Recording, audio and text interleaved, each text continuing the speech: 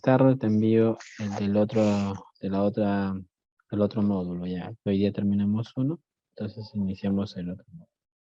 ¿Ok? Ya, está bien, profesor. Puedo compartir pantalla. ¿Me puedes ayudar, por favor? Sí, acabo de autorizarle. ¿Puede probar, por favor? Ya. Ok. Muy bien. Entonces vamos a retomar nuestra sesión desde aquí, desde lo que viene a ser el tema de contabilidad, ¿no? Entonces, recuerden que nosotros hemos estado llevando en este caso, ¿no? Lo que es tesorería y contabilidad, y hemos revisado en la sesión pasada lo que corresponde al tema del CIAF, ¿no? Hemos revisado lo del CIAF y ahora nos corresponde hablar ya propiamente del tema de tesorería y contabilidad. Entonces, antes de iniciar, como ustedes ya conocen nuestra metodología, no sé si hubiera alguna pregunta, alguna consulta de lo que hemos desarrollado en la sesión pasada, ¿no? Entonces vamos a dar inicio a esta parte. Nosotros ya habíamos avanzado algo y nuevamente retomamos esta parte desde lo que viene a ser tesorería, este Sistema Nacional de Contabilidad en adelante.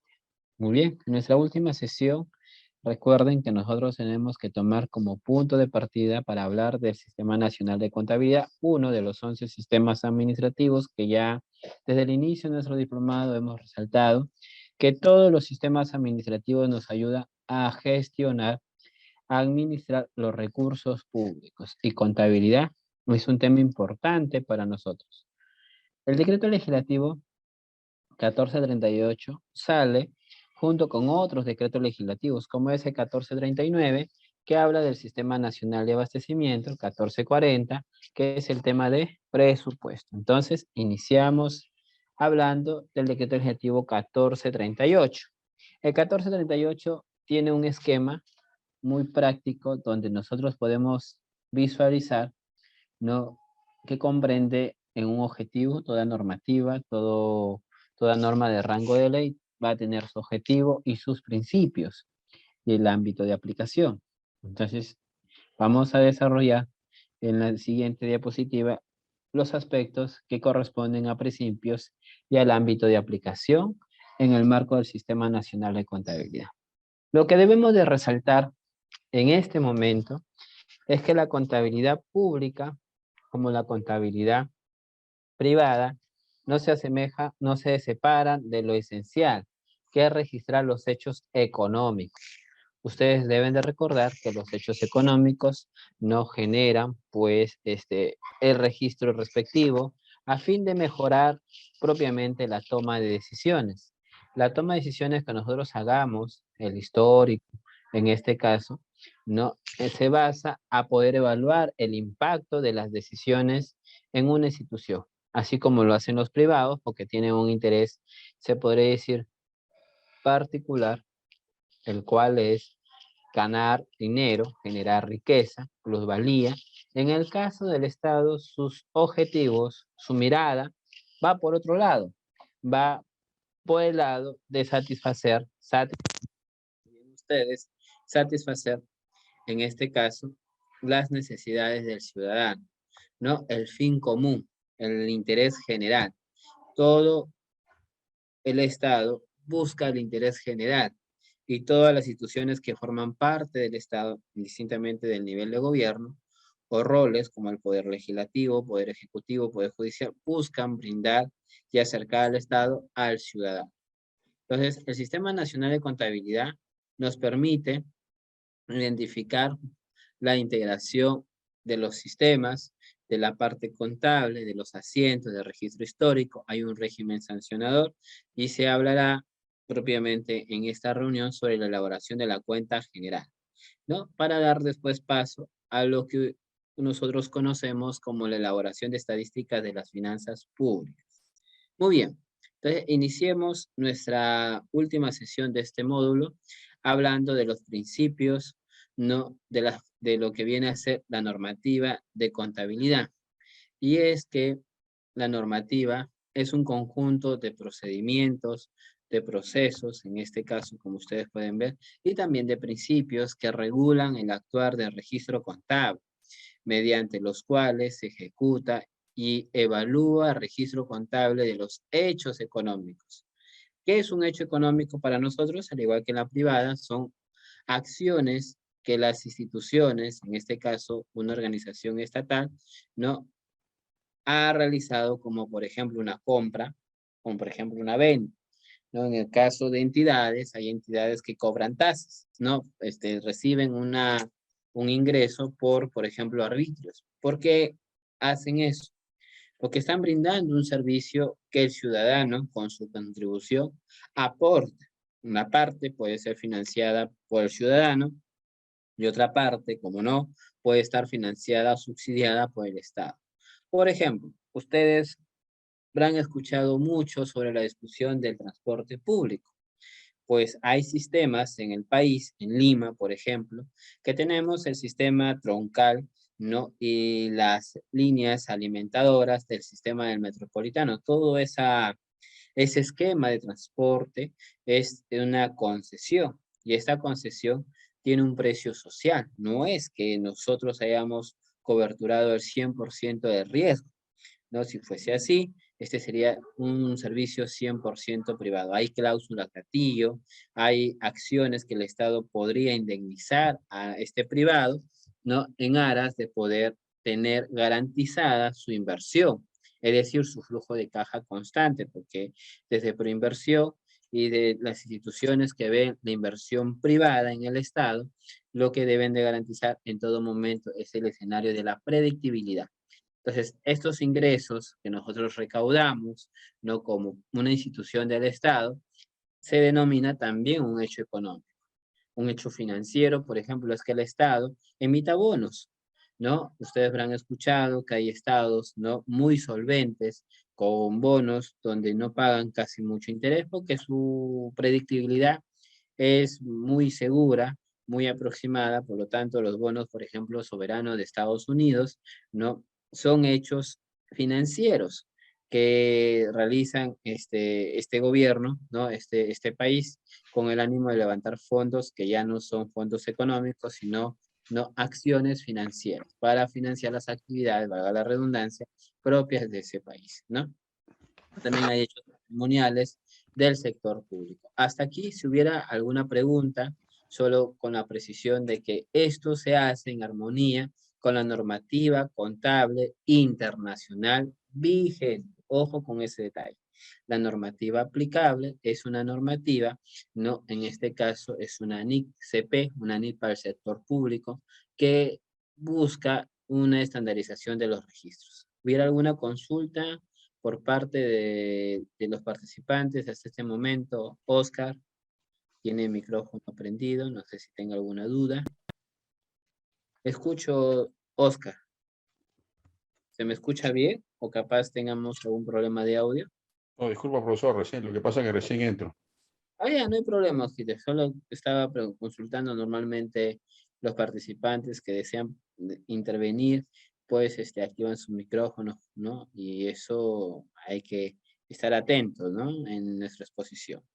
Entonces, si no hay ninguna consulta hasta aquí, vamos a la parte medular.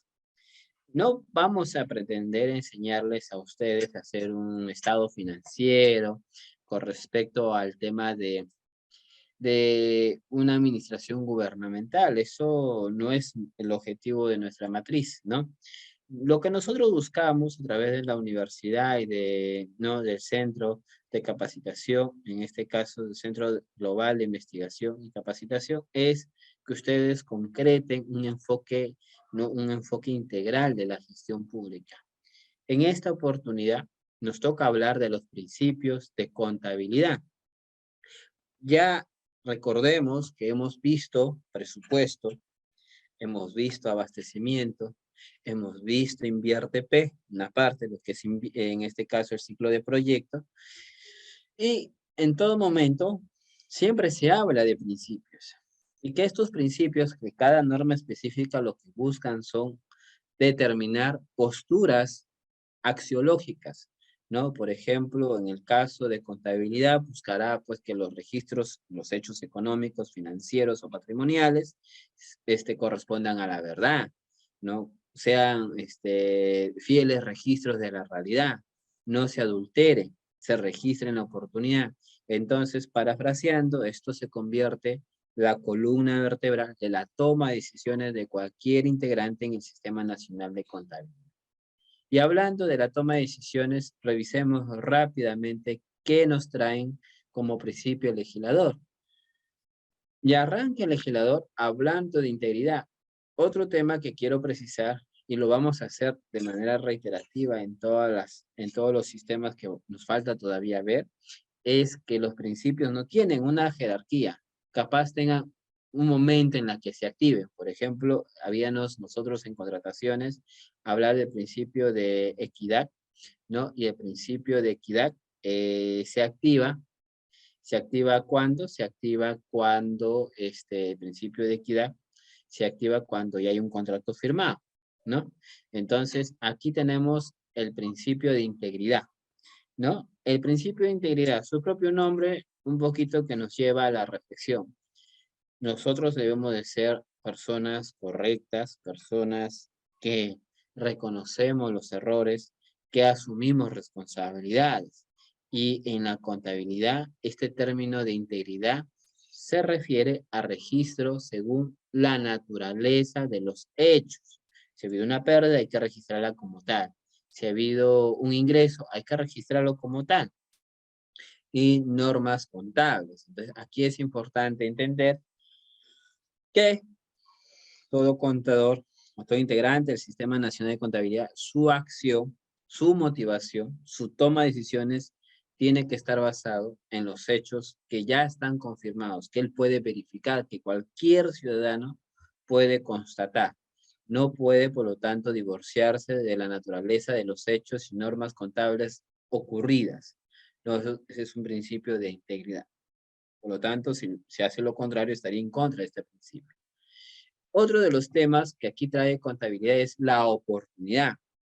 La oportunidad no se refiere a que debemos de reconocer, medir, presentar y revelar en el momento debido la acción. Vamos a poner un ejemplo, ¿no? Imagínense pues que hubo un tema, un accidente en el patrimonio, ¿no? Se nos choca un vehículo. El vehículo se nos echa a perder, no sirve, no funciona, pero en los registros contables, ¿cuál es la situación del vehículo? Es un bien activo, aparentemente operativo, en uso, pero realmente después del accidente, si no hay más que hacer con el vehículo, ¿ese vehículo debe de tener ese tipo de registros? No. Entonces, lo que hay que hacer es registrar, proceder a cambiar en el momento debido, por eso ese principio de oportunidad, qué situación económica y patrimonial tiene este vehículo. Capaz su valor residual ya es cero, ¿no? Y todavía en los libros contables aparece como un valor residual o un valor comercial íntegro porque no hemos hecho el registro respectivo. Ese sería, ¿no? A modo de ejemplo, cuando nos separamos de este principio de oportunidad. Otro de los principios es la responsabilidad. Y recuerden aquí que los servidores proveen información a la oficina de contabilidad. Por ejemplo, abastecimiento manda muchos expedientes de pago para que contabilidad realice el devengado. Y para ello, previamente, los especialistas de contabilidad deberían hacer, no en todo caso si no lo hacen, la acción de control previo. No revisan el expediente, tendrán 1, 2, 3 especialistas, los que tengan en la entidad, y ellos harán una revisión minuciosa, debe ser así, esperemos que sea así, ¿no? Pero a pesar de que ellos den el ok, siempre hay que recordar que todo servidor, incluido el contador, incluidos los que devengan, siempre actúan en base a un principio general, ¿Cuál es el principio general? El de la buena fe.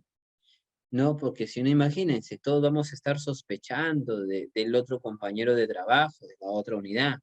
Entonces, la 2744, ahora texto único ordenado de procedimiento administrativo general, ha establecido este principio de la buena fe y se corresponde con el tema de responsabilidad en el Sistema Nacional de Contabilidad, ya que los servidores vamos a dar información, el expediente en este caso, todo el archivo, ¿no? Y que este debe ser un expediente que cumpla con las exigencias normativas, ¿no? Obviamente habrá información que sea ajena a la confirmación de la verdad, ¿no? Pero eso ya será otro tema a discutir, ¿no? Y ahí tenemos el otro principio que es el principio de transparencia.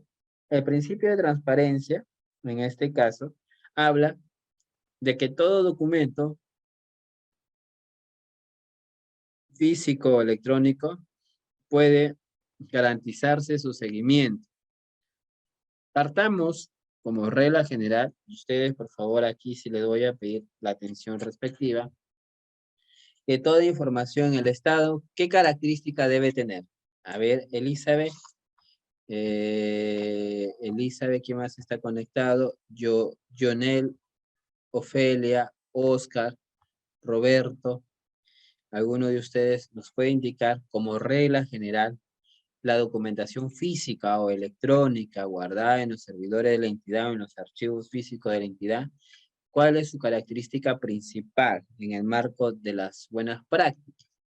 ¿Es una información que no se muestra al ciudadano? ¿Es una información pública? O sea, que puede tener acceso siempre y cuando lo solicite, ¿no? Cualquier institución o ciudadano de a pie. ¿O es una información que no la podemos mostrar al ciudadano? ¿Qué opinan ustedes sobre el tema de la información? El documento, en este caso, el hecho económico. ¿Qué nos puede decir Elizabeth, Jonel, Ofelia, Oscar, Roberto? ¿Es una información como regla general que debe ser pública o no? ¿Qué nos dice, estimados colegas? A ver, Roberto Tello, o si no escriban por el chat, estimados colegas. La idea es podernos, no, un poco comunicar en este punto de los principios, que es el esfuerzo que nosotros hacemos para poder no ya superar esta parte y cumplir los objetivos metodológicos de nuestra capacitación. Elizabeth, ¿nos puedes comentar algo, por favor? Los documentos en el Estado, toda la información que se hace, incluida la contable, ¿es una información oculta, es una información que no la podemos mostrar o es una información de carácter público? A ver, estimados colegas. Buenas noches, profesor. Ofelia Sí. le habla.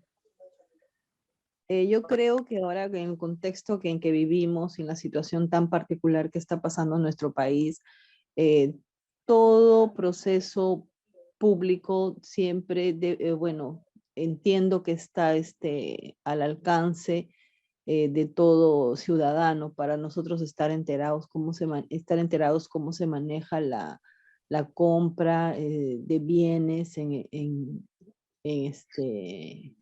el Estado. claro, en la parte operativa del Estado, ¿verdad? Exacto. Es público. Como regla general es público, salvo, y ahí hay que ir directamente a la ley de transparencia, y este es un plus que Claro. le puedo comentar a Ofelia, y a Ujú. todos los que estamos aquí, es que la información es pública, como regla general. La información no puede ser pública cuando se trate de información confidencial. Confidencial, sí, pues. Información secreta, ¿no? O información reservada, ¿no? Una información confidencial es, por ejemplo, notificarle a alguien una falta, ¿no? Muy bien, la falta, el proceso puede generar, eso es información pública, pero ya la sanción, el dictamen, una denuncia, ya es una información, ¿no? Una información confidencial. Puedo yo hacer mi descargo, puedo hacer un legajo. El legajo de una persona puede tener información confidencial.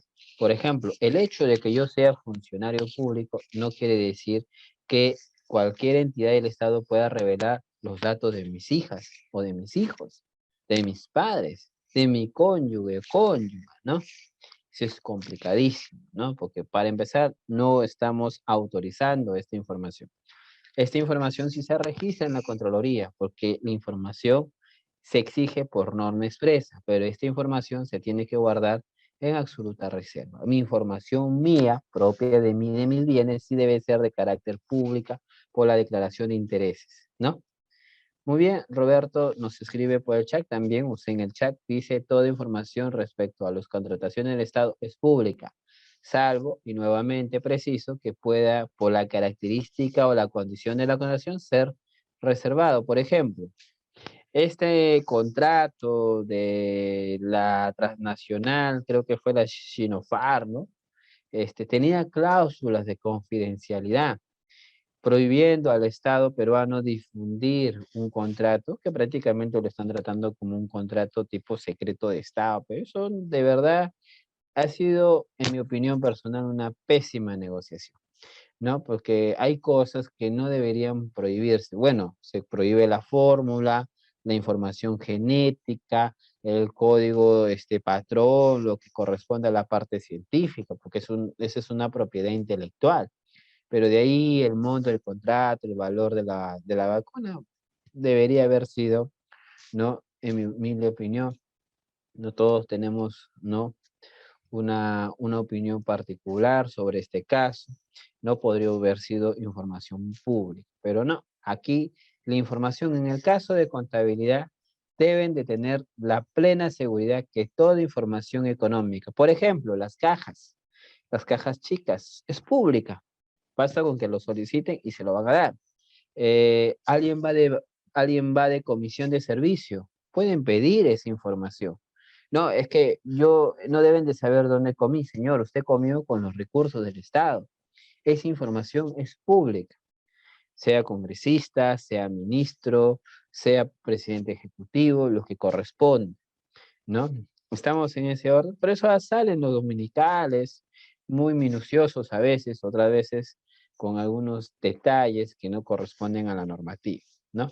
Y el último principio, que es donde también me quiero concentrar un poco, eso entonces queda claro, el tema de la transparencia, ¿no? Va de la mano con una norma de mayor rango, que es la 2744, que es el texto único ordenado del procedimiento general, ¿no? Procedimiento administrativo general, y con una norma que regula el tema de transparencia. Ahora vamos por la uniformidad. La uniformidad como contabilidad significa que los procedimientos son los mismos, donde se reconocen, se miden y se presentan hechos de forma homogénea. Es decir, un pago debe tener su factura, su comprobante, su conformidad, ¿no? Su informe detallado, el sustento del pago, ¿no? No puede haber algo diferente y siempre vamos a encontrar este mismo listado de documentación que tiene que cobrar en un pago que es por una contratación de bienes, servicios u obras, por ejemplo. Si estamos hablando de viáticos, tenemos que tener en la rendición los comprobantes, las consultas de SUNAT, ¿no? Dónde se han ido, los pasajes, el documento que autoriza el viaje respectivo, si es una resolución publicada en el diario peruano, cuando se sale al extranjero, también tiene que estar obrando todo eso en el expediente y todo eso tiene criterios de uniformidad. Entonces, eso es importante tenerlo en cuenta dentro del registro del hecho económico. Al igual que el CIAP, acá también se hace una división en el ámbito de aplicación y esto ya lo hemos nosotros revisado, ¿se acuerdan? En las diapositivas anteriores hablábamos de las entidades públicas que son para el ámbito de aplicación del Sistema Nacional de Contabilidad, el Poder Ejecutivo, Legislativo y Judicial, el Ministerio Público, Jurado Nacional de Elecciones, OMPE, aquí debió haber sido RENIEC, Consejo Nacional de la Magistratura, ahora eso ya no existe, ahora es el Consejo Nacional de Justicia, ¿no? la Defensoría del Pueblo, Tribunal Constitucional, la Contraloría General de la República y la SBS, no AFP, ¿no? La Superintendencia de Banca y Seguros y Asociación de Fondos Privados, ¿no? Las AFPs.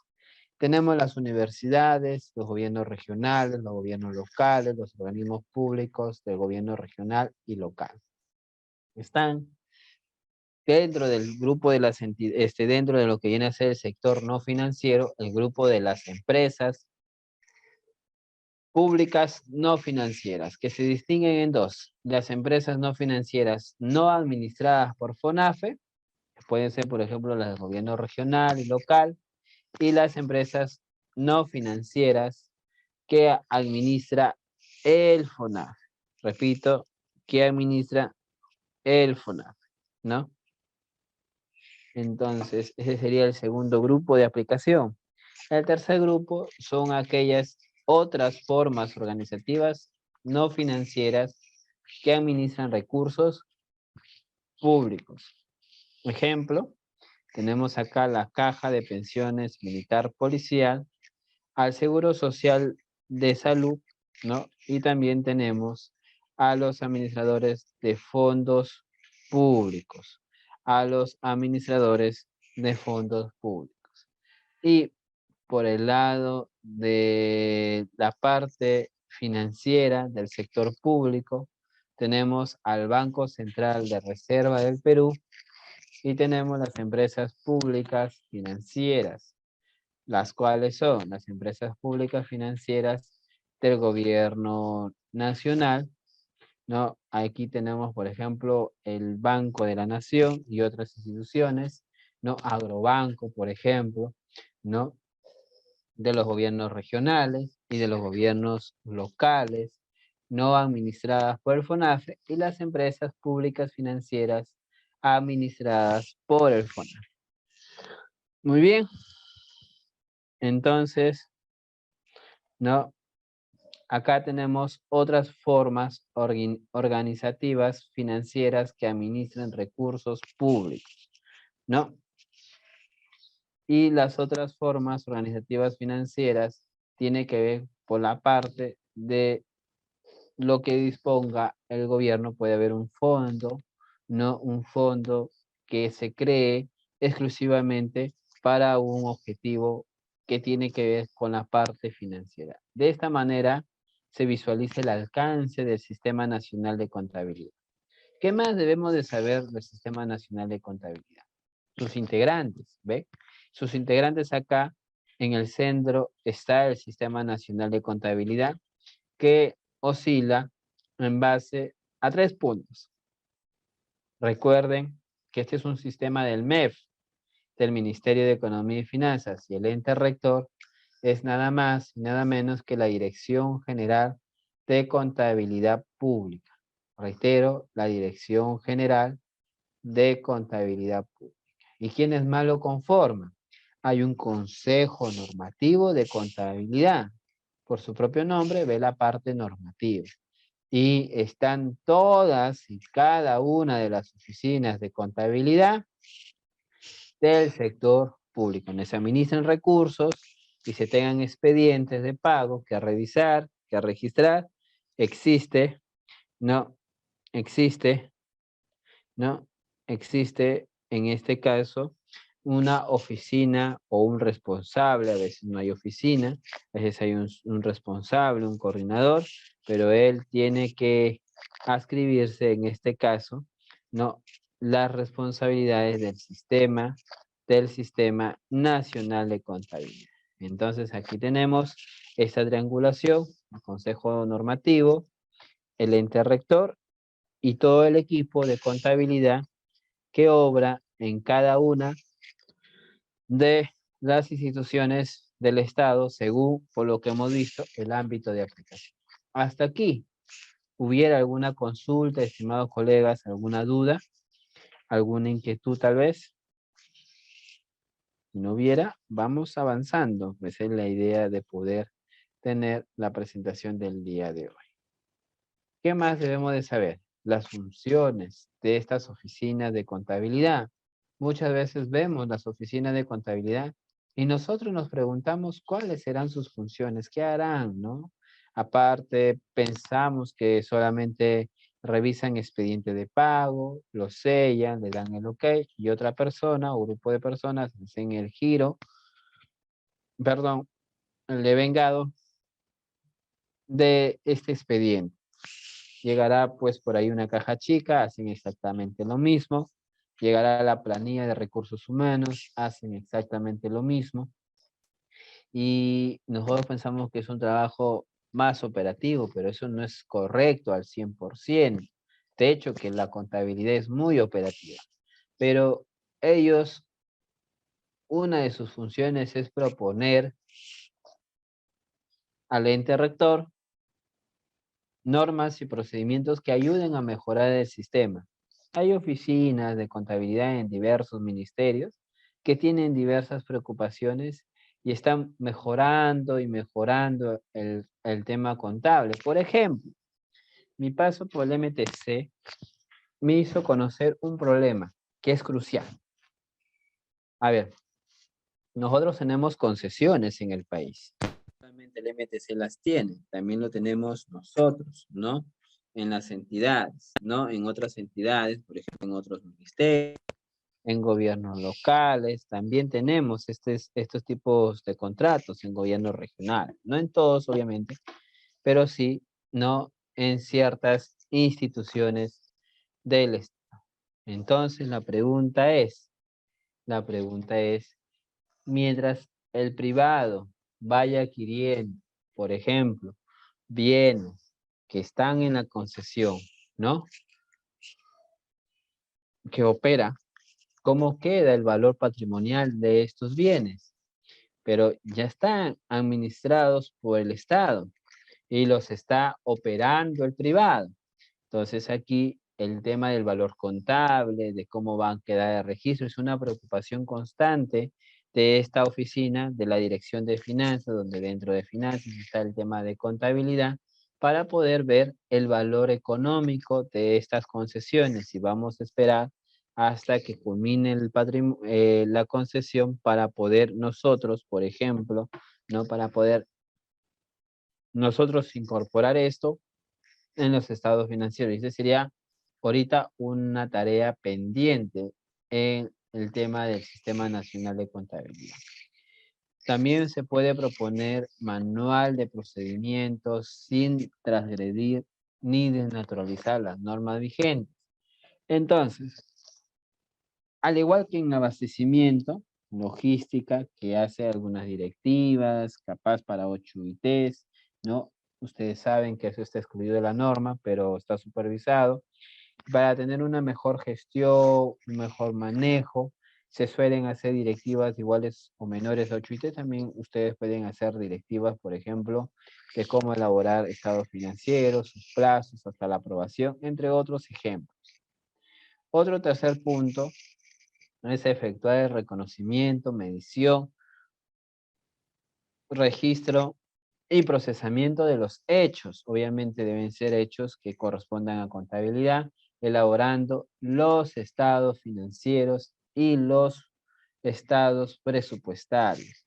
Entonces es una tarea muy amplia. Aquí tenemos que hacer al menos varios estados financieros, ¿no? De manera trimestral, como en cualquier institución pública o privada, ¿no? Los 4 estados financieros, los 2 principales serán el estado de el balance y el de operación, ¿no? Que en la privada lo conocemos como estado de ganancias y pérdidas, ¿no? Entonces, esos 2 estados, en mi opinión personal, son los principales que el Estado debe tener cubierto y debe estar actualizado para la toma de decisiones del titular de la entidad.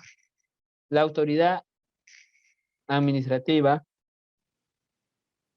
los funcionarios y los servidores deben proveer la información, es decir, toda la entidad que incida y puede incidir en la situación financiera y en los resultados de las operaciones. Entonces, todos los que vean temas económicos siempre irán de la mano con esta oficina, que es la oficina de contabilidad. Muy bien. Si alguien transgrede los principios o se separa de otras acciones reguladas en este decreto legislativo 1438, puede estar recayendo en faltas graves o muy graves. ¿Cuáles son para nosotros las faltas graves y cuáles serían las faltas muy graves que se han contemplado en este sistema? 1. En el caso de graves, la omisión a la presentación de la rendición de cuentas. Y esto generaría pues que se inicie un proceso sancionador grave y que se tipifique una falta respectiva, ¿no? Con una acción de sanción respectiva, ¿no? 2, va a detallarse la presentación inconsistente o incompleta. A veces la documentación contable, económica, es presentada, pero no tiene toda la información requerida. Por eso habla de inconsistente o completo.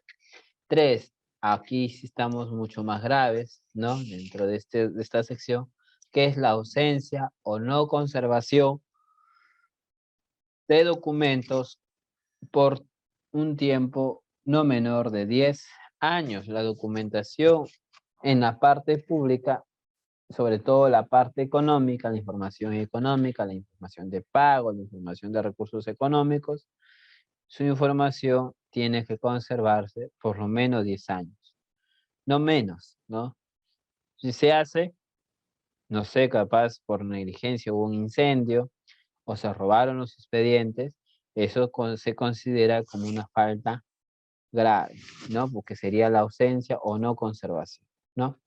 4, no entregar u ocultar a la Oficina de Contabilidad la información de hechos económicos.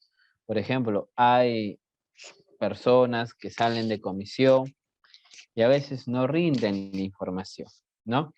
Y eso generaría, pues, que contabilidad informe a los superiores y, ¿por qué no? Pues iniciar esta sanción en calidad de falta grave, ¿no? Otro de los temas muy cruciales es efectuar el registro, ¿no?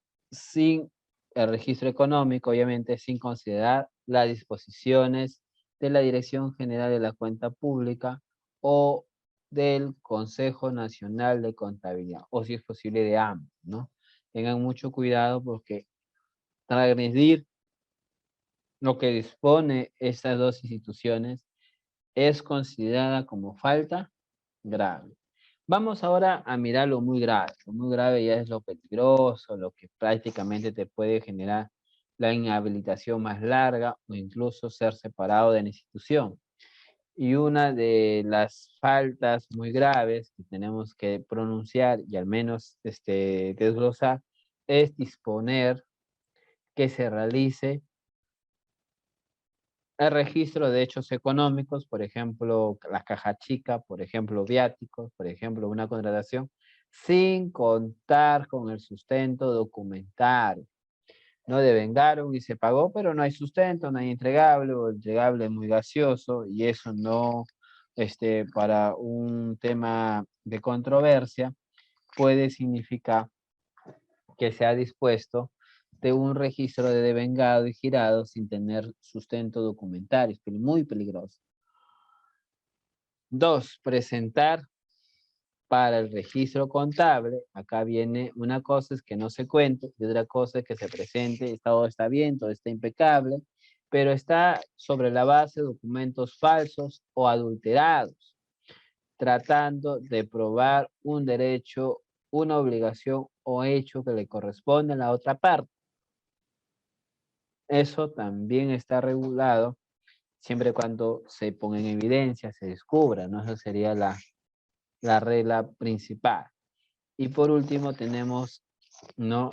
En este caso, deteriorar o destruir intencionalmente documentos físicos o electrónicos que sustenten los hechos económicos. Ahora, va a ser bien difícil sustentar la parte intencional, pero hay manera de hacerlo. Por ejemplo, nosotros tenemos una oficina en un piso, debe de ser hermético, deben de tener contacto, debe estar protegido y de pronto se destruye porque hay un incendio, hay una inundación, todo se echa a perder y se averigua intencionalmente, no se dispuso el mantenimiento preventivo, por ejemplo, del tablero eléctrico del pozo a tierra que tenía la oportunidad, ¿no?, de garantizar la seguridad de estos documentos.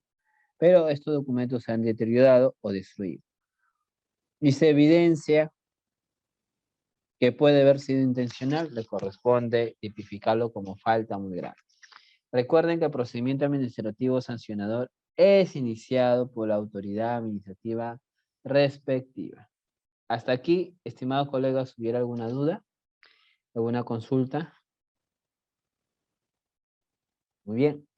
Entonces continuamos con esta parte de contabilidad. Y aquí nosotros lo que les traemos es lo siguiente. ¿Cómo es el ciclo? Las entidades realizan las conciliaciones con los entes rectores y con las deficiencias de la entidad. La Dirección General de la Cuenta Pública y las entidades contrastan el PIA y el PIN con los dispositivos legales y aprueba la ejecución. Recuerden que el PIA es necesario para la ejecución presupuestal. El ejercicio presupuestal inicia el 1 de enero y acaba en todos los casos el 31 de diciembre. Hay personas que hasta esa fecha, hasta el último minuto, incluso el último segundo, están desarrollando actividades de registro porque lo que se quiere es ejecutar el recurso que en algún momento estuvo estancado. La idea es que hay que hacerlo bien, estimados participantes. Después viene el periodo de regulación que culmina a los 7 primeros días hábiles de marzo, después obviamente de lo que pasó en enero, que aparte se siguen girando, pero no devengando, no compromisos, obligaciones que son del año pasado. Entonces, de ahí viene este periodo de regulación que culmina a los 7 días hábiles de marzo, siguiente con el acta de conciliación. Y nuevamente, como ustedes pueden ver, se repite el ciclo de no existir casos que impliquen modificar el acta, ¿no? La entidad debe de requerir a la DGCP una adenda. Y empezamos nuevamente con el tema de las conciliaciones que se vienen ya del ejercicio que ya está por cerrar y nuevamente empezamos de cero. Muy bien, avancemos y aquí vamos a aprender de manera muy sucinta, eso sí, ¿no?, el tratamiento contable de pasivos en las entidades públicas. Muy bien, recordemos que el marco para la elaboración de los estados financieros son la misma base que lo que se tiene en la parte privada, con la diferencia que las entidades preparan estados financieros de acuerdo al plan contable, no general, no en este caso, a plan contable general aplicado del sector público. Entonces, este plan contable, que en criterios básicos y conceptuales es idéntico al registro de los hechos económicos. Ya saben ustedes que la diferencia entre el sector privado y el sector público, ¿cuál es? Es que el sector privado busca el interés de la utilidad, un interés particular, económico, dinerario, y el Estado busca la satisfacción del ciudadano. ¿Y cómo un ciudadano va a estar satisfecho? Simple. En términos constitucionales, pues se tiene que garantizar todos sus derechos. El derecho a la vida, pues va a haber un hospital que lo atienda. El derecho a la educación, va a haber un colegio para sus hijos que se pueda matricular.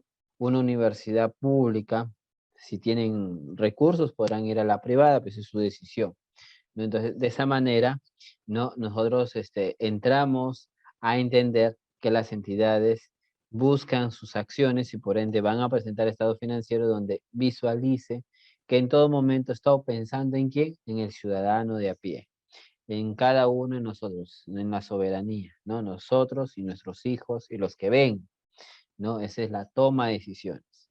Las entidades continúan evaluando, ojo con este detalle, las entidades continúan evaluando e implementando en forma progresiva las NICS SP, ¿no? Las normas internacionales de contabilidad del sector público, las NICS SP oficializadas, determinando brechas sin que ello implique incurrir en costos que excedan los beneficios de la información.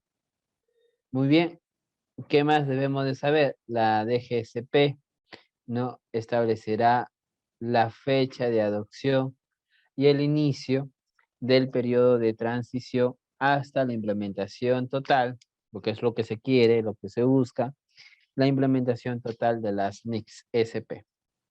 Muy bien, ¿cómo reconocemos nosotros los pasivos? Los activos es cosas que se pueden cuantificar y pueden estar disponibles o no de manera inmediata en el mercado. Ahí está la primera diferencia. Entonces, si es algo inmediato, no sería un activo no corriente, sería un activo corriente. Entonces, el Estado tiene que lidiar con sus activos corrientes, como por ejemplo los fondos, y los activos no corrientes, por ejemplo, deudas a largo plazo. Muy bien. Por otro lado, tenemos los pasivos, los ingresos y gastos se reconocen en los estados financieros de los periodos con los que se guarda relación. Es decir, si ustedes buscan un estado financiero, van a encontrar caja chica, van a encontrar adquisiciones que se pueden traducir en asientos. Y es importante contenerlo así porque basta con que se haya devengado, no todavía girado, ya aparecen en este portal, obviamente con su usuario y contraseña respectivo. Muy bien. Se consideran hechos ocurridos después de la fecha de la presentación. Antes no eran hechos, por lo que no está tipificado dentro del alcance. Y hasta la fecha de autorización, la fecha obviamente del pago. Si estos hechos suministran evidencia de transacciones o eventos que han devengado al 31 de diciembre del año que se informa, la entidad revelará los impactos de las transacciones o eventos que se hayan suscitado mediante esta característica que es el reconocimiento de los elementos. Seguimos avanzando y ahora tenemos el reconocimiento de los elementos. En este caso, ustedes deben de recordar activo, pasivo, ¿no? Que está acá, activo, pasivo, ¿no? Ingresos y gastos que se reconocen a este esquema de trabajo dentro de lo que viene a ser, ¿no? El Sistema Nacional de Contabilidad, ¿no? Hemos revisado solamente para precisar esta parte, ¿no? En la cual se visualiza que estos activos y pasivos tienen que ser de dominio de los entes del sistema. Muy bien, son obligaciones los pasivos, los activos deberían ser entonces derechos, ¿no? Que le recaen a ellos para poder cobrar. En el caso de pasivos son obligaciones presentes de la cantidad que surjan de hechos pasados y cuya liquidación se espera que represente para la entidad un flujo de salida de recursos que incorpore, ojo con este detalle, beneficios económicos o un potencial, ¿no? O un potencial de servicio. Muy bien. Entonces, ahora sí, para ir cerrando esta parte del Sistema Nacional de Contabilidad, nosotros aquí tenemos la parte en cómo se hace un reconocimiento de los elementos, ¿no? Y eso es importante tenerlo en cuenta. Si hubiera hasta aquí alguna pregunta, alguna duda, estimados participantes, no sé si quieran consultarnos algo tal vez. Retomamos entonces. ¿Qué nos trae esta lámina? Sobre el reconocimiento, ojo con ese detalle, reconocimiento de los elementos, en este caso, reconocimiento de los elementos de nuestro sistema de contabilidad.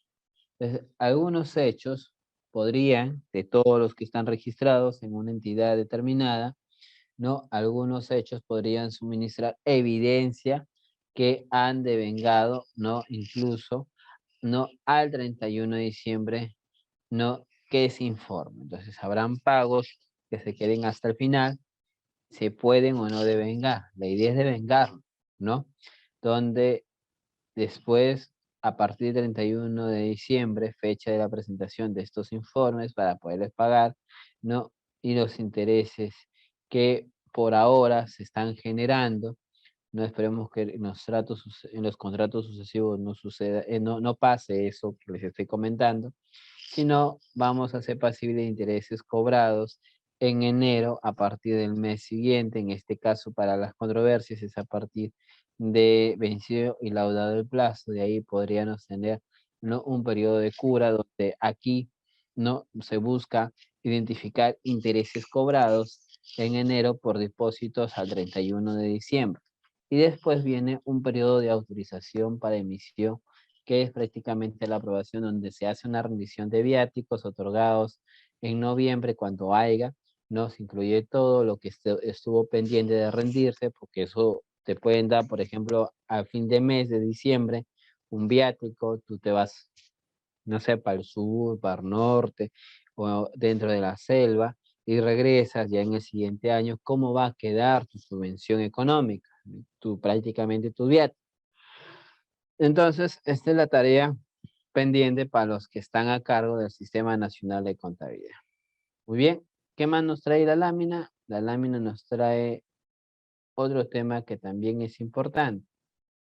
Y recuerden que hasta aquí hay una declaración fundamental que es la esencia sobre la forma. Ojo con ese detalle.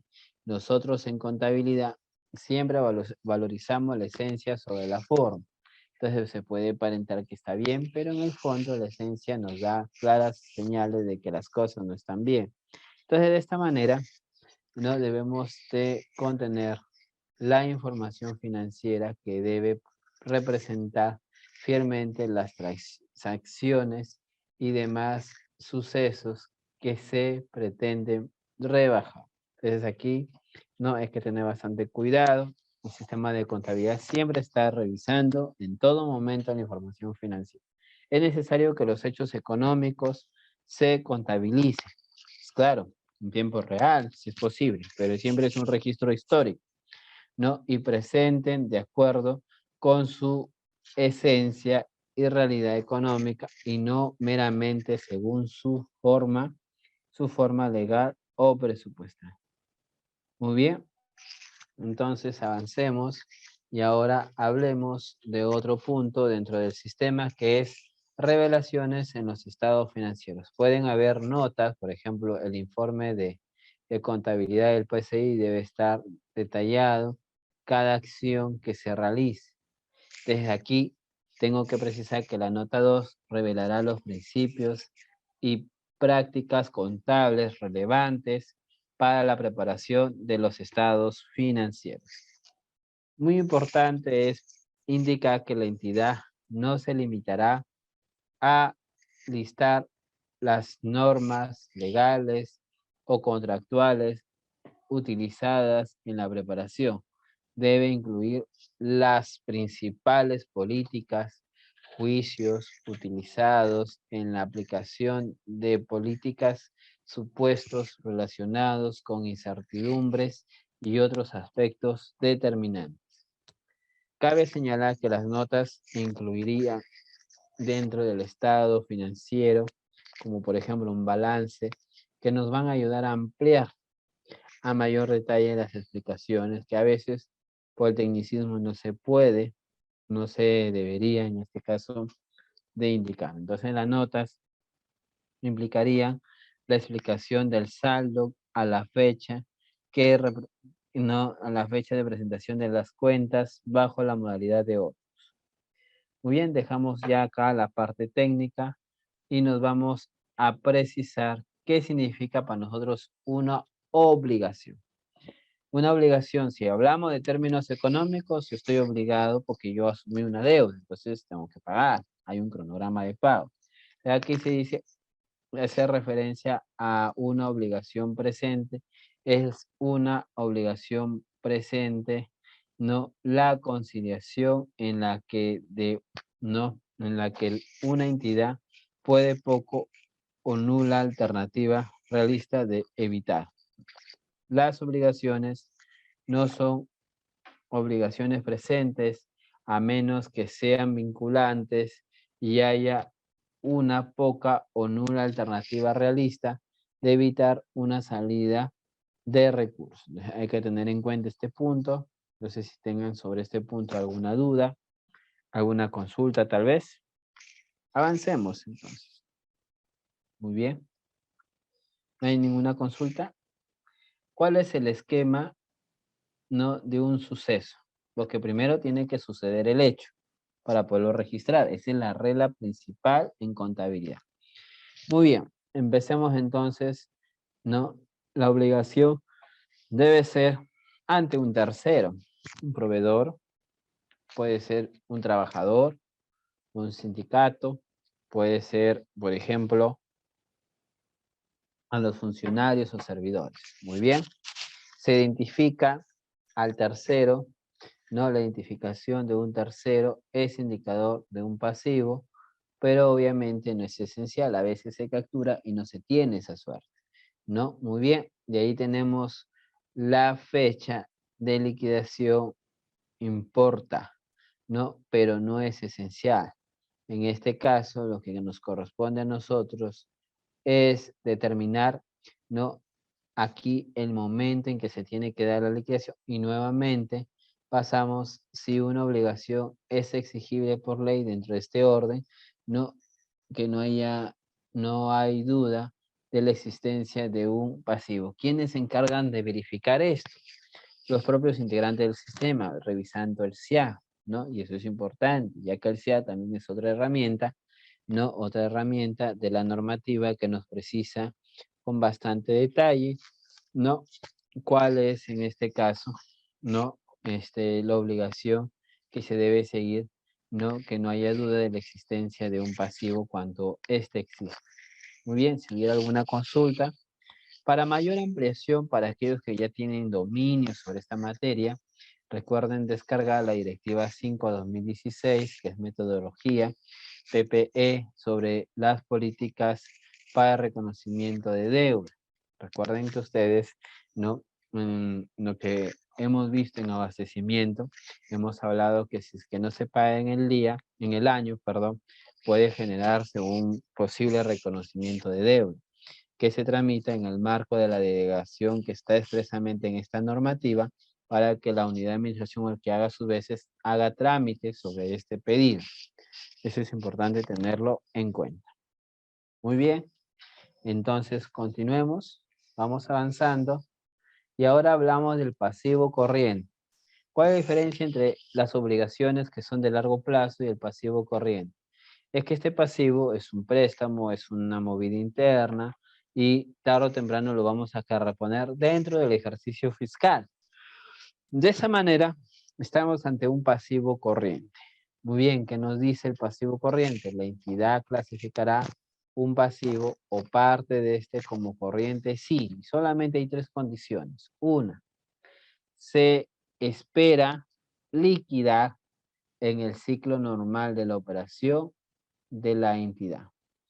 2, deba liquidarse dentro de los 12 meses siguientes a la fecha de su presentación, ¿no? Y 3, la entidad no tenga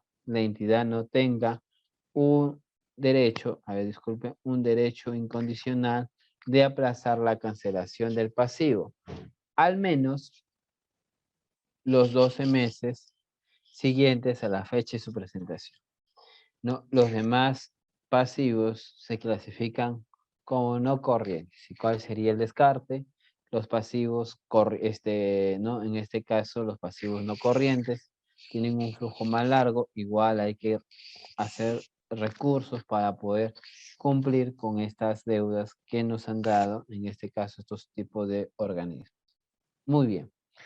Algunos errores les traigo yo aquí en este momento. No sé si puedan compartir alguna experiencia, ¿no? Alguna inquietud, estimados colegas, para pasar a describir tipos, ¿no? De errores contables identificados.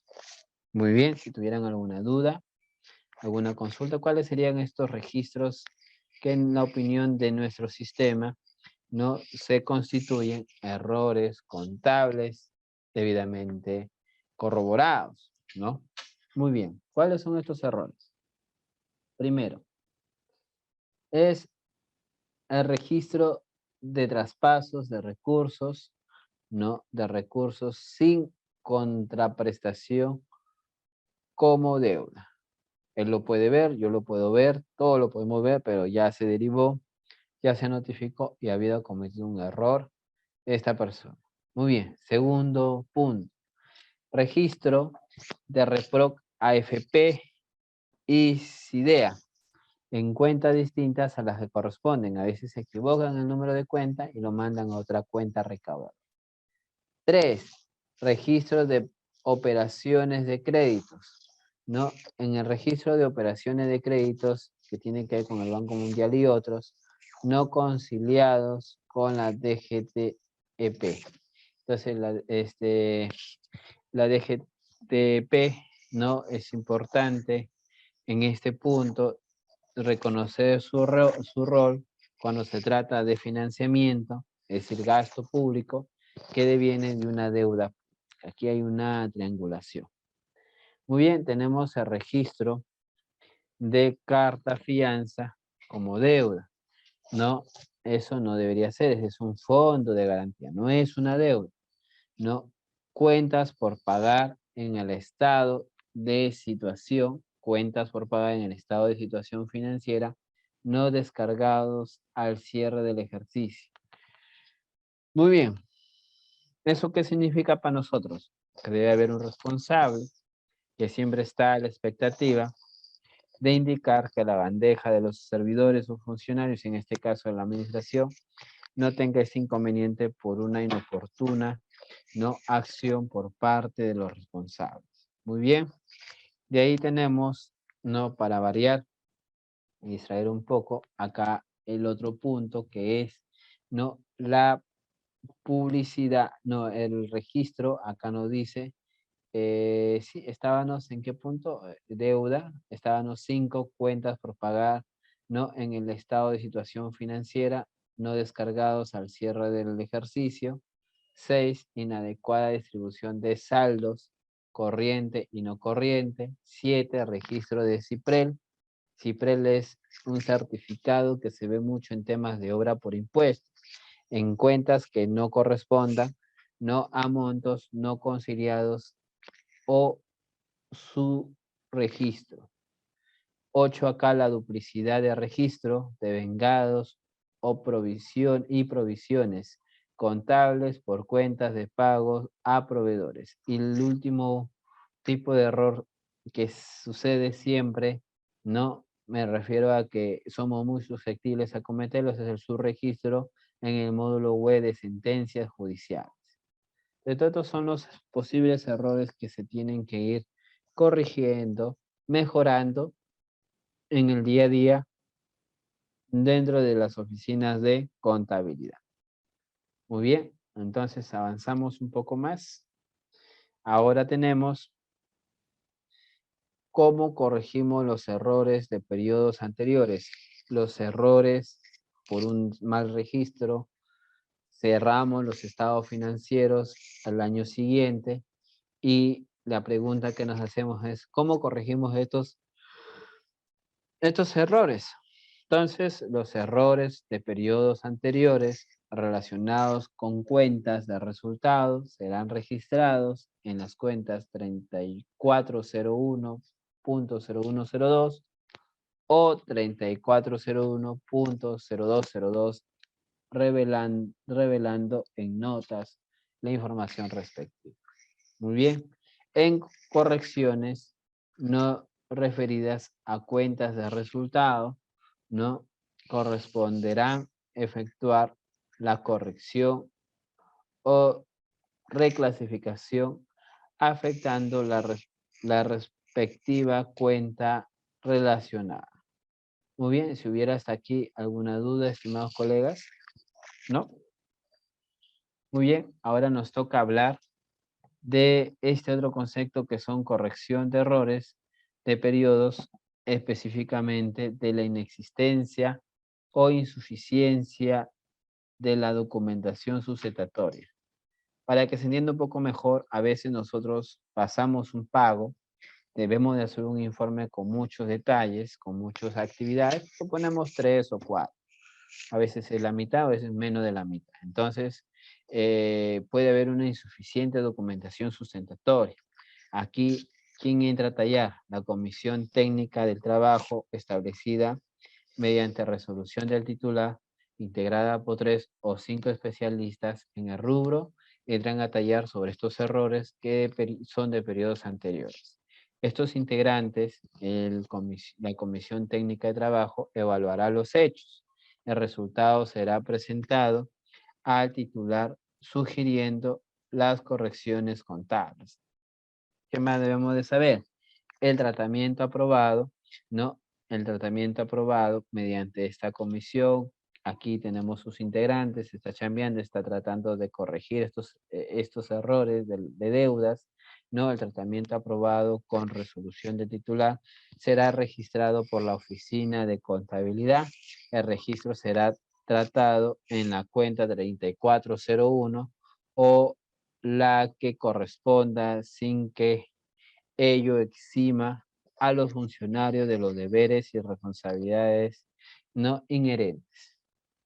Errores contables de periodos anteriores propiamente dichos serán contabilizadas con autorización del jefe de la administración, no en aplicación de la NIC 3, la NIC de sector público 3, sin que ello exima a los funcionarios de los deberes y responsabilidades inherentes.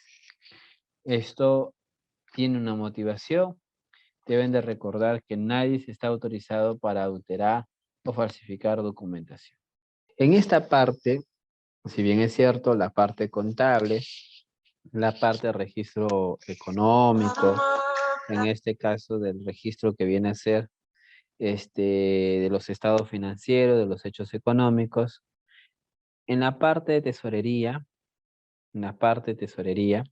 acá ya nos preocupamos por la liquidez. Acá nos preocupamos por el recurso que esté disponible para obviamente cumplir con las obligaciones, cumplir con cada una de las características y aspectos que demanden el flujo de efectivo. Entonces, nuevamente, así como ya hemos revisado el tema de contabilidad, también acá hay principios. Y uno de los principios que tenemos que tomar en cuenta dentro de la administración del Sistema Nacional de Tesorería es el principio de eficiencia y de la prudencia.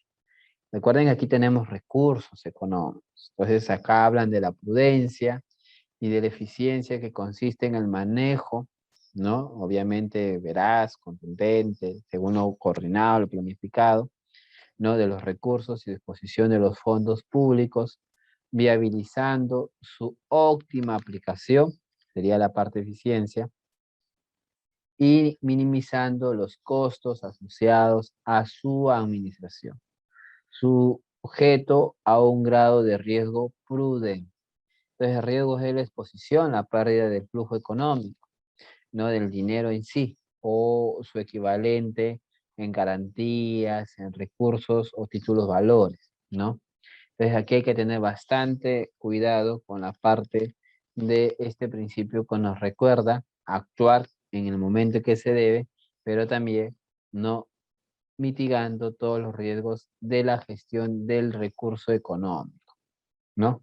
Por ejemplo, aquí puede recaer el tema de hay entidades a las que les han robado recursos económicos. Han salido en algunos dominicales, en algunos periódicos, que ¿no? Cibernautas ¿no? se han llevado una parte de los recursos desde el sistema, desde el aplicativo, desde el SIAP, ¿no?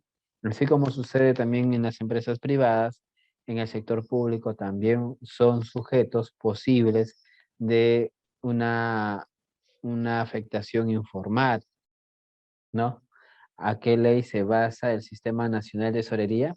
Igualito, el Sistema Nacional de Tesorería es otro decreto legislativo. Es el decreto legislativo, te lo estoy precisando. Acá lo estoy consultando. No lo había puesto en la diapositiva, ¿no? Sistema de tesorería, ¿no? El sistema de tesorería es nuestro decreto legislativo. Acá lo tengo un momento, por favor. A ver, un momento, normatividad. Acá lo tengo. Y es, acá lo tengo 2006, 2007. A ver, tengo decreto legislativo. Es un decreto legislativo. S1441. A ver, recordemos. El 1436 es el CIAF, ¿no? El 1438 es el de contabilidad. El 1439 es el de abastecimiento. El 1440 es el de presupuesto. Y el de tesorería es el decreto legislativo 1441. ¿Estamos ahí, Roberto? ¿No? ¿Nos copias? Acá. Muy bien, aquí es lo que nos hace la consulta, ¿no? Es el decreto legislativo 1441. Además, deben de recordar la diapositiva que nosotros hacíamos con el circulito, ¿no? Justo eso forma parte, ¿no? De la capacitación inicial cuando empezamos a hablar de lo que viene a ser gestión pública. Muy bien, vamos ahora por fungibilidad, ¿no? No, fungibilidad es el recurso que se gasta, que consiste en el uso de los fondos públicos administrados en la cuenta única de tesoro público. Nuevamente, otro término, ¿ve? Cuenta única de tesoro, la famosa CUP. ¿Qué es la CUP? La cuenta única de tesoro público, ¿no? Entonces, en la CUP, en la cuenta única que va a estar en el Banco de la Nación, que se ven los recursos, los impuestos de cada uno de los contribuyentes peruanos, en este caso, de cada uno de los ciudadanos, ¿no? Que pagamos mediante nuestro impuesto a la renta, mediante nuestro IGB, todo eso forma parte de la recaudación de la SUNAT, que después pasa a Tesoro Público, y Tesoro Público que tiene la cuenta única del Tesoro Público. Muy bien, la famosa CUP. Independientemente de su fuente de financiamiento, con la finalidad de brindar la cobertura financiera del por descalces temporales de caja. Entonces, la CUP es lo real, es la parte del dinero real.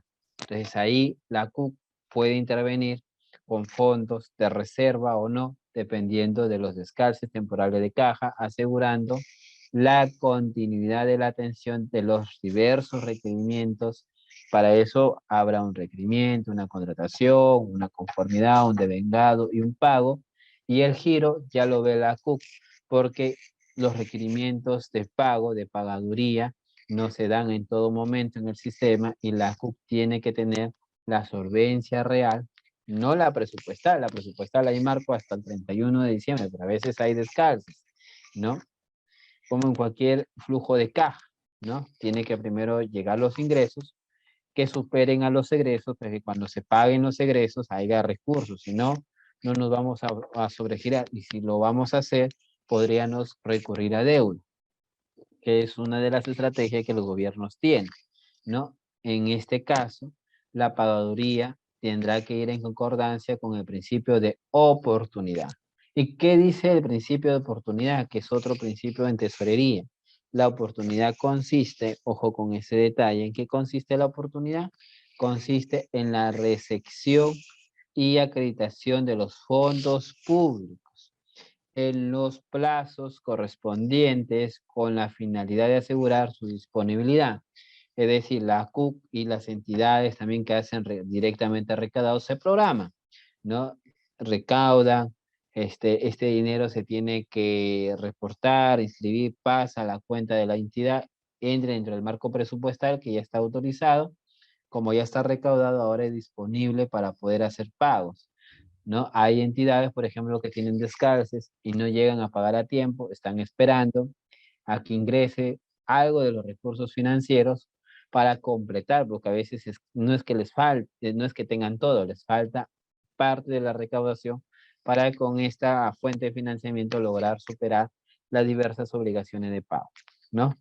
Repito, con la finalidad de asegurar su disponibilidad, ¿no? Su disponibilidad en el plazo y lugar, ¿no? Y lugar en el que se requiera proceder a su utilización. Ojo con ese detalle. Muy bien. Hay otro principio que es el principio de la unidad de caja.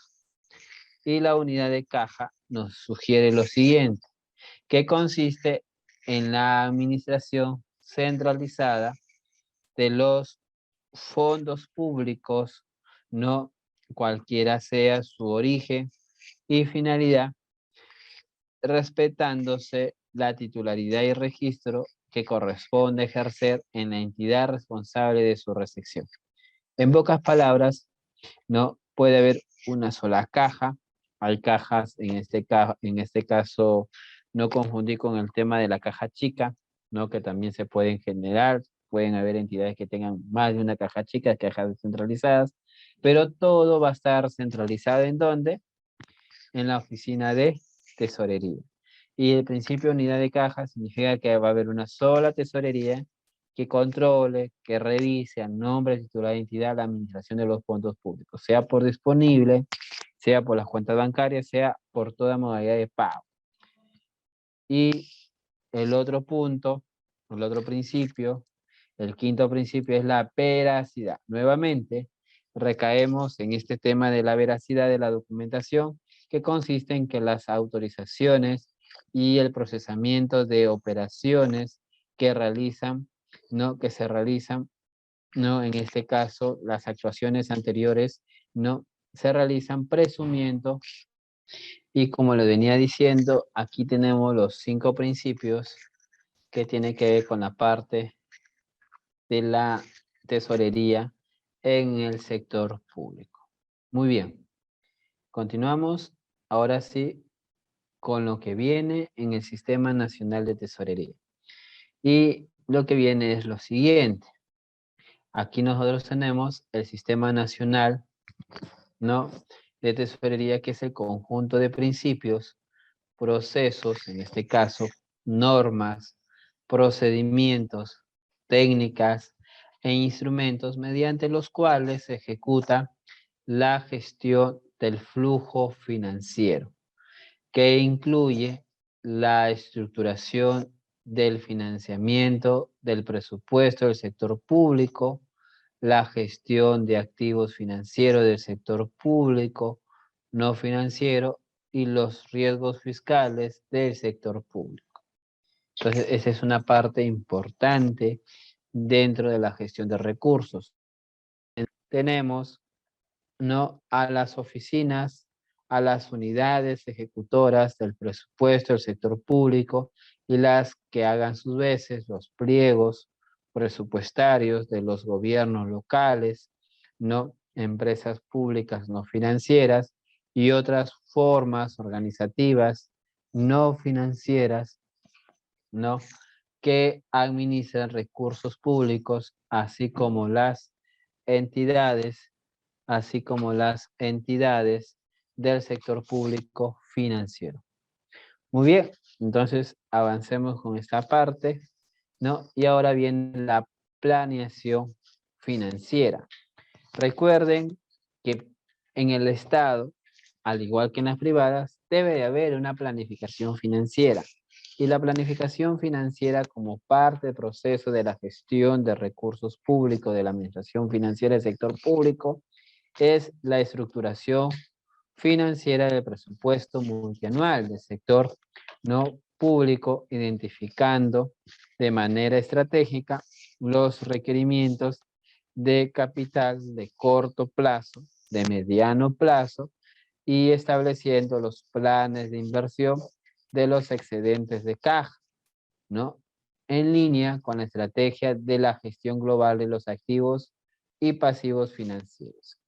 Al igual que las instituciones no privadas, ¿no? El Estado tiene que ver si recauda, cuánto recauda, en qué momento recauda, si tiene liquidez o en ese momento el Estado es sometido a una deuda pública, ¿no? Y es que la deuda en el Estado, en cualquier Estado, ¿no? Por ejemplo, acá en Sudamérica, no se puede dejar, es una opción válida levantar fondos del mercado financiero. Podemos emitir bonos soberanos, e inyectar inmediatamente recursos, o lo que pasó con el COVID, ¿no? Afectar a qué?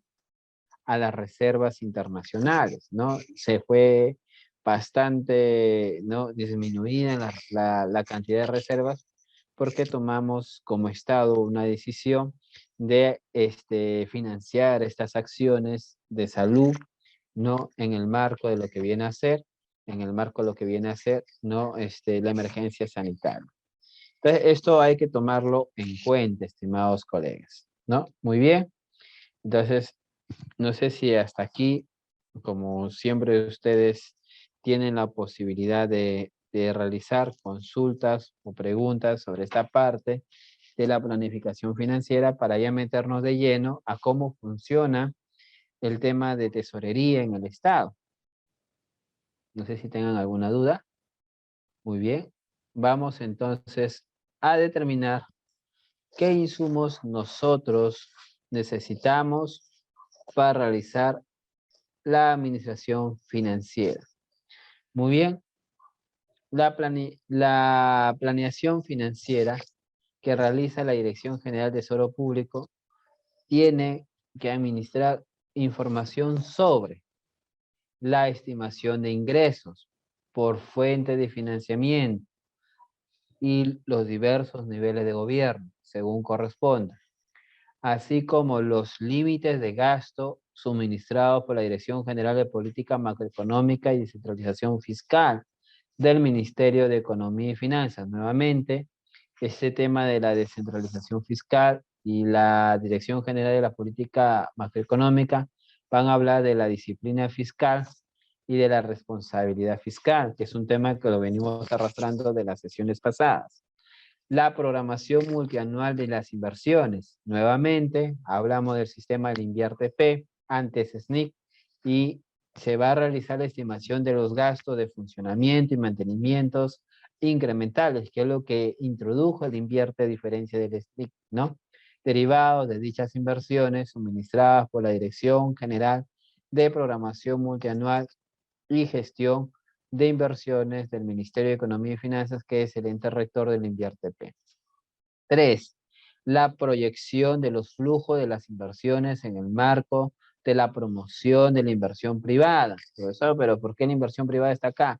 Porque aquí estamos hablando de contratos ley, de las famosas asociaciones públicas privadas cofinanciadas y también algunas autosostenibles, pero con cláusulas gatillos que tengamos que tener no activado o al menos mapeado las contingencias que se pueden dar, suministradas por la Dirección General de la Política de Promoción de la Inversión Privada del Ministerio de Economía y Finanzas. 4. Los gastos que correspondan a los recursos humanos del Estado y otros gastos por encargo suministrados por la Dirección General de Gestión Fiscal de Recursos Humanos del Ministerio de Economía y Finanzas. 5. El presupuesto institucional de apertura y sus modificaciones. Esto lo ve, obviamente, el Sistema Nacional de Presupuestos suministrado por la Dirección General de Presupuesto Público del Ministerio de Economía y Finanzas. 6. ¿Qué más debemos de tener para hacer una planeación financiera? Las obligaciones financieras derivadas de contratos vigentes de bienes, servicios y obras, así como de los montos y cronograma de ejecución derivado del Plan Anual de Contrataciones suministrados por la Dirección General de Abastecimiento. Ustedes saben, porque ya lo hemos llevado, que la Dirección General de Abastecimiento ve el Sistema Nacional de Abastecimiento, el ente rector que pertenece también a esta Dirección General al Ministerio de Economía y Finanzas. ¿Qué más necesitamos? Los flujos financieros por toda fuente de financiamiento suministrado por las entidades bajo su ámbito. Por ejemplo, SUNAR, Recauda, ¿no? Indecopi, ¿no? El INEI, ¿no? Jurado Nacional de Elecciones, todos ellos suman a las actividades del Estado a fin de identificar flujos financieros a toda fuente de financiamiento. Muy bien, entonces, ¿tuvieran hasta aquí alguna duda? Esto de la planificación financiera es un tema, la verdad, bastante complejo. No podía dejar de pasarlo, de mencionarlo. Y ustedes deben de recordar que todos los sistemas que interactúan en el SIAP no van a contribuir para hacer una adecuada planificación financiera. Muy bien, entonces la gestión de tesorería dentro de la planificación financiera como parte del proceso de gestión de los recursos públicos de la administración financiera del sector público se convierte por lo tanto en el manejo eficiente de los fondos públicos, ¿no? De los fondos públicos a través de la gestión de ingresos, de liquidez y de pagos sobre la base del flujo de caja. Para la gestión de tesorería, la Dirección General del Tesoro Público recibe la siguiente información sobre ¿qué información debemos de recibir? Los saldos y la ejecución de ingresos y gastos suministrados por la Dirección General de Contabilidad Pública del Ministerio de Economía y Finanzas. Los saldos, no todo lo que no sea RO, o es decir, recursos directamente recaudados, van a ingresar en esta contabilidad. ¿No? Los requerimientos de financiamiento suministrados por la Dirección General de Presupuesto. Presupuesto hace su, ¿no? De la mano con abastecimiento, hace su PIA, su presupuesto institucional de cada institución. También hace al final la consolidación con el presupuesto de la nación. 3. El cumplimiento de las reglas fiscales suministrado por la Dirección General de Política Macroeconómica y Descentralización Fiscal del Ministerio de Economía y Finanzas. Y 4. Los montos y el cronograma de pagos de los contratos vigentes suministrado por la Dirección General de Abastecimiento. Para nosotros, ya yendo al punto medular de la tesorería, ¿en qué nos debemos de basar? La gestión de tesorería se realiza a través de 3 puntos. Gestión de ingresos, gestión de liquidez y gestión de pagos. Entonces, si hay pagos y no hay ingresos, debemos de garantizar esta cobertura con otro tipo de recursos que no sean los propios ingresos. Entonces, esa es la estrategia que nosotros tenemos que entender en tesorería. Si hay ingresos lo suficiente para cumplir con los pagos, la liquidez está garantizada por el flujo normal de los recursos. De lo contrario, tenemos que buscar maneras y estrategias para garantizar la liquidez cuando hayan pagos antes de los ingresos. Muy bien. ¿A qué le llamamos nosotros gestión de ingresos? ¿A qué le llamamos nosotros gestión de ingresos? A lo siguiente. La gestión de ingresos consiste en el establecimiento de lineamientos y disposiciones sobre aspectos operativos de procedimiento de registro para la acreditación oportuna de los fondos públicos en la cuenta única de tesoro, ¿no? Las entidades recaudadoras, hay muchas entidades que generan recursos, por ejemplo, aquellos que tramitan sus antecedentes, esos son recursos, ¿no? Antecedentes policiales, penales, judiciales, ¿no? En este caso, las entidades recaudadoras también, por ejemplo, ven tributos, ven arbitrios del sector público no financiero, proporcionan información sobre la estimación, determinación y percepción de los flujos de ingresos financieros en los plazos y condiciones que determine la Dirección General de Tesoro Público. Los recursos directamente recaudados también es otra fuente de ingresos. Se rigen de acuerdo a lo siguiente: 1, 2 y 3. ¿Cuál es 1? Constituyen recursos del Tesoro Público, los provenientes de las tasas, ¿no? Hay, por ejemplo, el OCE, cobra tasas. Por ejemplo, Jurado Nacional de Elecciones cobra tasas, Indecopi cobra tasas, ingresos no tributarios y multas. Por ejemplo, aquí están las municipalidades que recaudan, no, Jurado Nacional de Elecciones con las multas entidades referidas a los numerales 1 y 2 del literal A del inciso 1 del artículo 3 en el marco de la legislación aplicable. Estamos hablando del decreto legislativo 1441. No, 2. Lo dispuesto por el presente párrafo no es de aplicación a las universidades públicas. Las universidades públicas, así como a aquellas entidades cuyos recursos directamente recaudados provienen del desarrollo de las actividades de comercialización de bienes y servicios autorizadas por ley expresa. 3. Mediante decreto supremo, refrendado por el ministro de Economía y Finanzas, se establecen las disposiciones para la aplicación de lo dispuesto en el presente párrafo. Muy bien. Esta es la manera en cómo se da la gestión de ingresos. Todo se identifica desde los fondos públicos en la cuenta única de tesoro. Ahora veamos la gestión de liquidez. La gestión de liquidez garantiza la disponibilidad. Ya tenemos los ingresos, ahí hay que mantenerlos. No la disponibilidad necesaria de los fondos públicos recaudados o percibidos para el pago oportuno de las obligaciones contraídas de acuerdo a ley por parte de las entidades autorizadas. Para tal efecto, la Dirección General de Tesoro Público está facultada a realizar mecanismos de apoyo financiero temporal, utilizando los fondos conformantes de la CUC, la Reserva Secundaria de Liquidez, que es una reserva del Estado, y los saldos provenientes de la colocación de letras de tesoro público, en el marco del principio de fungibilidad. La idea principal acá es garantizar, ¿no?, la cadena de pagos. En un momento en pandemia mucho se mencionaba esto de la cadena de pagos.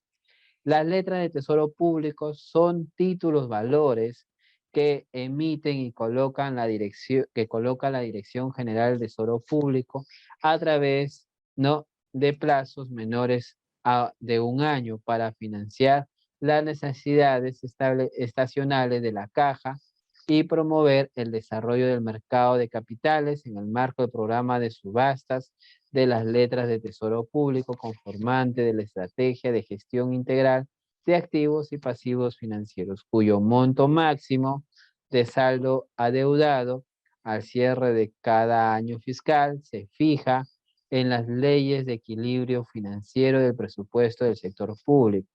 El pago de la rendición de las letras de tesoro público es efectuado directamente por la Dirección General de Tesoro Público. ¿Qué más debemos de saber? La Reserva Secundaria de Liquidez está constituida, ¿no? Siempre se ha mencionado este tema de la Reserva Secundaria de Liquidez, está constituida por los recursos de libre disponibilidad del Tesoro Público al cierre de cada año fiscal para cubrir descalces estacionales o déficit de caja cuyo acumulado no excede el 1.5 del PBI, ¿no? El 1.5% del PBI nominal del año que corresponda. El Comité de Asuntos Fiscales, hay un Comité de Asuntos Fiscales, pueden averiguar un poco más sobre esto, ¿no? Creado por decreto legislativo en el marco de la Administración Financiera del Sector Público, establece criterios para determinar los retiros y restituciones de la reserva secundaria de liquidez. Muy bien, esta es la parte de la gestión de liquidez. Ahora entramos a ver la gestión de pagos. La gestión de pagos, ¿no? Hay que abonar al CCI de un tercero, obviamente puede ser una empresa, una persona, ¿no? Otro que sea distinto al Estado peruano, ¿no? Al servidor público, al funcionario, a todos ellos hay que hacerles sus pagos de acuerdo a la obligación que tenga el Estado. La gestión de pagos implica el manejo del pago de las obligaciones con cargo a los fondos públicos centralizados en la CUC, sobre la base del registro del devengado debidamente formalizado.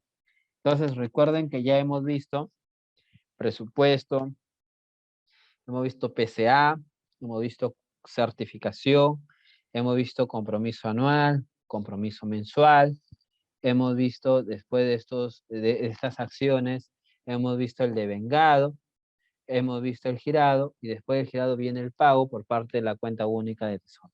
Esta es la manera en que nosotros debemos identificar y garantizar al final la cadena de pagos. El devengado reconoce una obligación de pago.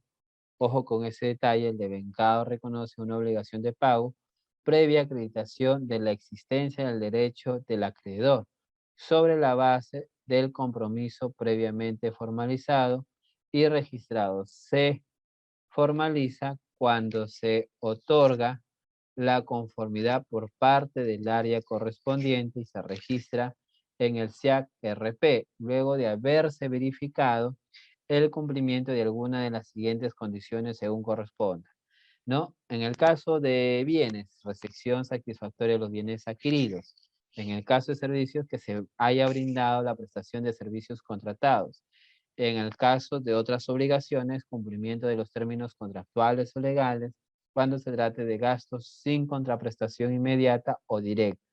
La autorización para el reconocimiento del devengado es competencia del director general de administración cuando haya reconocimiento de devengado de obligaciones del año pasado, ¿no? Es de la gerencia de administración o del gerente de finanzas o quien haga sus veces, o el funcionario a quien se delega esta facultad de manera expresa, ¿no? El devengado formalizado y el registro al 31 de diciembre de cada año fiscal puede ser pagado hasta el 31 de enero del año fiscal siguiente. Entonces puede devengarse hasta el último día del año y girarse, ¿no? Puede devengarse hasta el último día del año y girarse hasta el 30 de enero del año fiscal siguiente. Eso es lo que ya a estas alturas nosotros hemos aprendido en esta parte que es tesorería y contabilidad.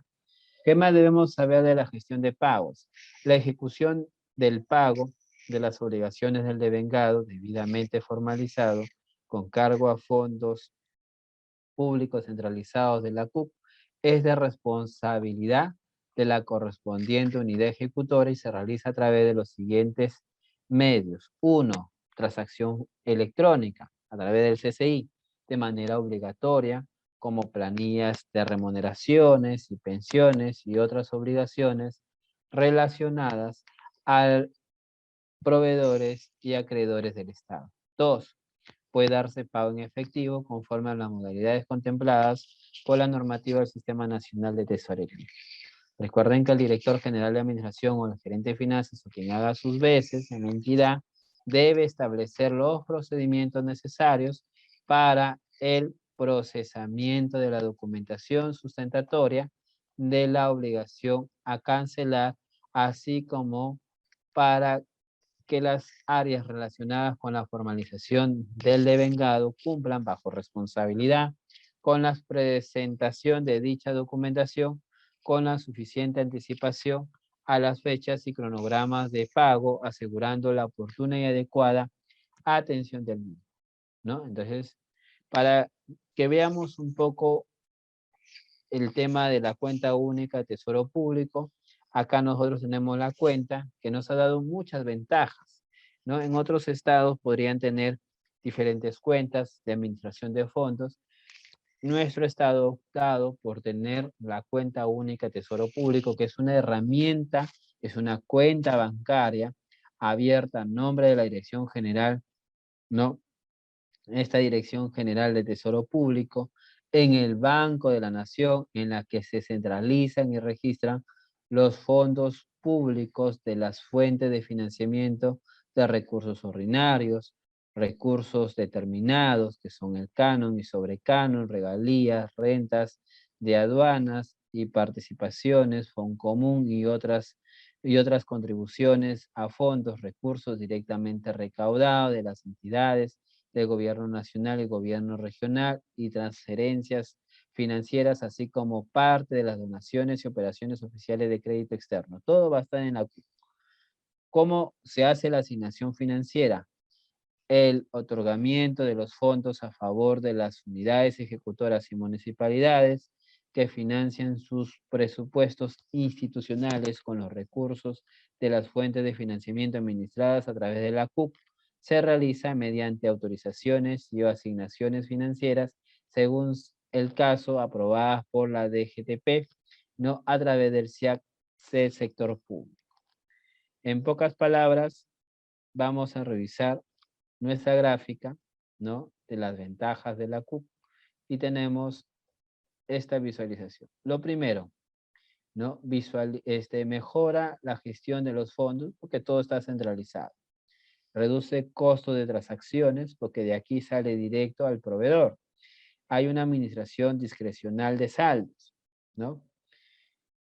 En la CUP una de las ventajas es que sirve de plataforma para elevar la cobertura del e-government, que es un tema de garantizar la predictibilidad financiera del sector público.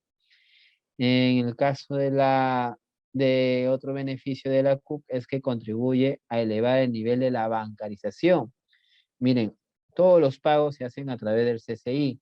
Entonces, cualquier proveedor, cualquier servidor, ¿no?, del Estado, funcionario, su remuneración, su pago, su contribución económica será a través de la bancarización. Y esto obliga a que todos y cada uno de nosotros que estamos haciendo actividad con el Estado, sea como trabajador o como proveedor, ¿no?, esté obligado a tener su remuneración, o que sea el dinero que le corresponde canalizado a través del sistema financiero. Hay un ahorro por menores costos y disminución de cuentas bancarias, y no hay gastos administrativos. Entonces, esas son las ventajas prácticas, ¿no?, que puede tener nuestro sistema de tesorería. Muy bien, la cuenta única de tesoro, ¿cómo funciona? De la siguiente manera: la ejecución de los recursos a través de la CUP, donde se precisa que las unidades ejecutoras realizan la ejecución de gasto a través de las subcuentas bancarias de gasto, que tienen las siguientes características. Dependen todas las subcuentas de la CUP, no reciben abonos ni depósitos, solo registran débitos por el pago de cheques, cartas, órdenes y transferencias electrónicas autorizadas por la DGTP a través del SIAC-CP. Mantienen saldo cero por efecto de la reversión automática, ¿no? Muy bien, acá tenemos la CUP y tenemos las subcuentas. ¿Cuál sería el paso número 1? Hay un registro de débito, un pago, ¿no?, por un total de operaciones del pago del día, y un registro de ejecución por el total de operaciones del pago del día autorizadas por la DGTP. Y de ahí vamos nuevamente, hay un débito por el total de operaciones no de débito de las su cuentas bancarias, está de acá, su cuenta bancaria de gasto, y hay un abono proveniente de la recaudación tributaria. Entonces, de esa manera se mantiene la reversión automática con dentro del día. Entonces, estimados colegas, hemos terminado nuestro módulo de tesorería y contabilidad, y la siguiente semana se nos viene un bonito tema también, que es la reforma del Estado y la modernización de la gestión pública. Otro tema muy interesante, y donde tenemos ya otra mirada diferente de lo que viene a ser el sector público, ya pensando en gestión por procesos, gestión en calidad, gestión en indicadores de servicio. Miren, el tema de gestión pública es un tema muy amplio, ¿no? Y lo vamos a seguir viendo, ¿no?, de la mano con el Centro Global de Investigación para la Capacitación. Entramos al módulo número 6, ¿no? Estamos, como les había indicado, tenemos algún tema pendiente, ¿no? Pero la idea es completar cada uno de los temarios que nosotros tenemos, ¿no?, encargados por parte del Centro Global de Investigación para la Capacitación. Desde CEGICAC, y agradeciendo su participación, damos por concluido el módulo de tesorería y contabilidad.